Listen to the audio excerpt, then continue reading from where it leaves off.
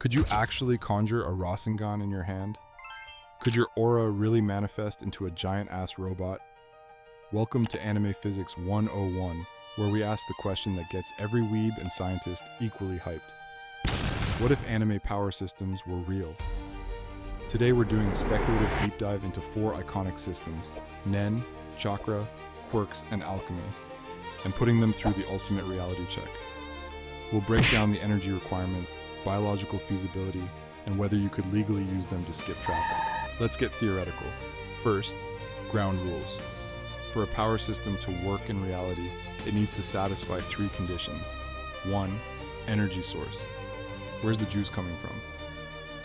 Your body can't output more than it consumes. The laws of thermodynamics are non-negotiable, even if you're a shonen protagonist. 2, biological plausibility. Can human anatomy even support this?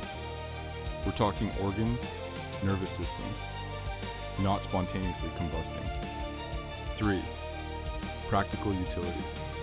Could you actually use this without destroying yourself or violating 17 UN treaties?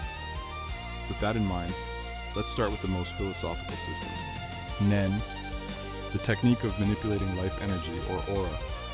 On paper, it's elegant. You've got 4 core principles: Ten, Zetsu, Ren, Hatsu.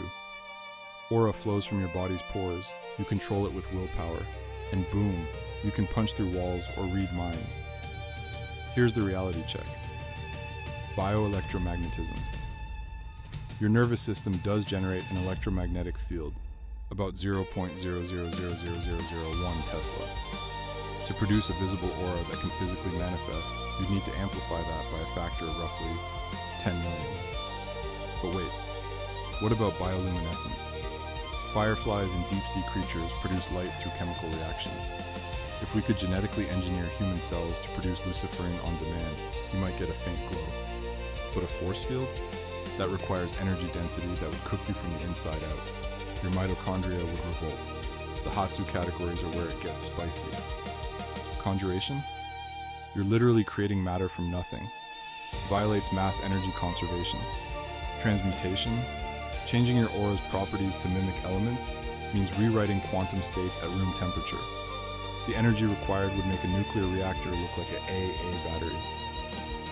Verdict: Nen gets a 2 out of 10 for reality. The concept of bodily energy manipulation aligns with real bioelectric fields, but the power output is pure fantasy.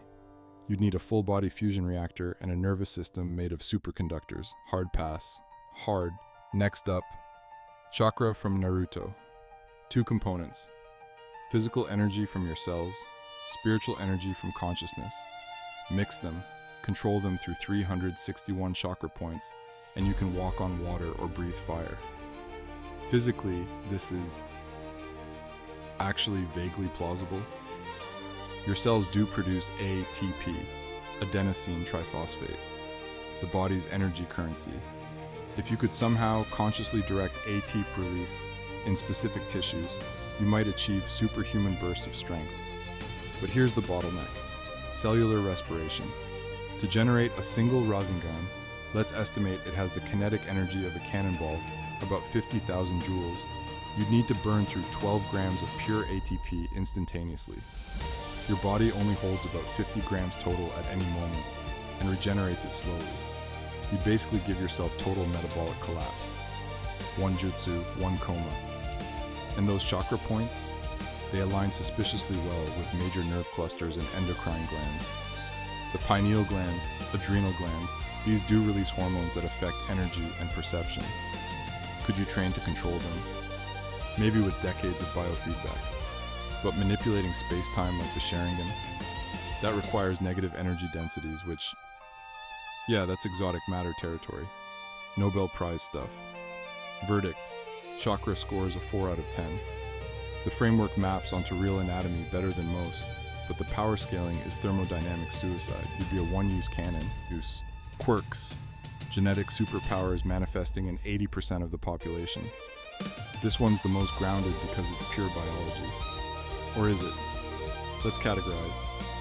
Emitter quirks like Bakugo's explosions. He sweats nitroglycerin. Fun fact: nitroglycerin is a vasodilator used in medicine. If his sweat glands were bioengineered to produce it, he could theoretically. But wait, he'd need a spark. And sweating pure nitroglycerin would give him constant headaches, dangerously low blood pressure, and probably kill him from skin absorption alone. The energy output of his explosions? Each blast is about 0.5 grams of nitroglycerin, enough to shatter windows. His body would need to produce that in seconds.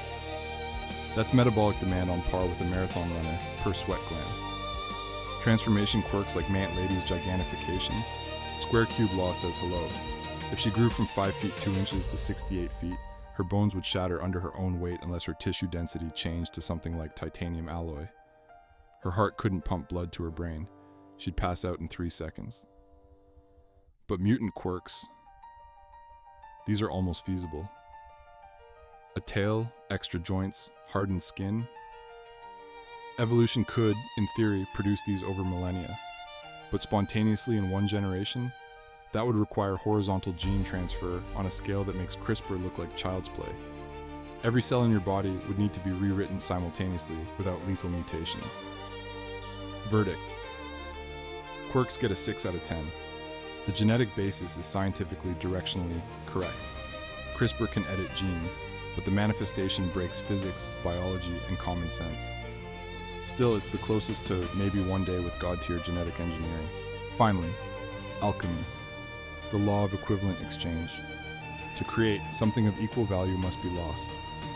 On the surface, this is just conservation of mass energy, the most scientific principle in all anime. But here's the catch. Those transmutation circles, they're rearranging matter at the atomic level. To turn coal into diamond, you need to break and reform covalent bonds. That takes about 700 kilojoules per mole. To reshape a metal statue in seconds like Ed does, you need to input enough energy to melt it first. That's megajoules. Where's it coming from? The circle? The Earth's crust? If it's geothermal, you're basically a walking tectonic event. And human transmutation? To deconstruct and reconstruct a 70-kilogram human body, you're dealing with E equals mc squared. That's 6.3 times 10 to the 18th joules, the energy of a hydrogen bomb. Even if you could channel that, the waste heat would vaporize everything within a mile. Equivalent exchange is brutal math. Yet, nuclear transmutation is real. We do it in particle accelerators. The sun does it via fusion, but spontaneously, with chalk circles and willpower. That requires quantum tunneling on a macroscopic scale, controlled by geometric patterns. That's not science. That's sympathetic magic wearing a lab coat. Verdict. Alchemy scores a 3 out of 10. The philosophy is scientifically literate, but the execution needs energy sources that would make Einstein weak. It's thermodynamics with extra steps. An explosion. So why do these systems captivate us? Because they're not just power fantasies, they're intuitive metaphors for real human potential. Nen is discipline and mindfulness. Chakra is the mind-body connection. Quirks are genetic diversity and identity. Alchemy is consequences and cost. They work narratively because they mirror how we wish the world worked. That focused effort yields tangible magic that we're secretly capable of more. Reality is messier. No elegant power system, just chaotic biochemistry and unforgiving physics. But here's the speculative kicker. What if we're the primitive ones? What if a civilization a million years ahead has engineered something like Nen, but it's indistinguishable from their biology? We call it magic, they call it Tuesday. Final scores. Nen, 2 out of 10. Cool, but you'd be a human light bulb at best. Chakra, 4 out of 10. Maps to anatomy, but would kill you instantly. Quirks, 6 out of 10. The most realistic with future genetic engineering. Alchemy, 3 out of 10. Scientific principles, apocalyptic energy needs. So, could they work? Not as depicted, but as frameworks for understanding energy, genetics, and consequence. Absolutely. The best anime power systems aren't fantasies, they're philosophies with special effects. If you could have any of these systems, which would you pick and how would you use it without dying? Drop your answer in the comments. I raid them all. And if you want me to scientifically ruin your favorite anime next, suggest it below. Smash that like button if you learned something, subscribe for more speculative chaos, and remember, in the real world, the closest thing to a superpower is training like Saitama, and good women taste like Sanji.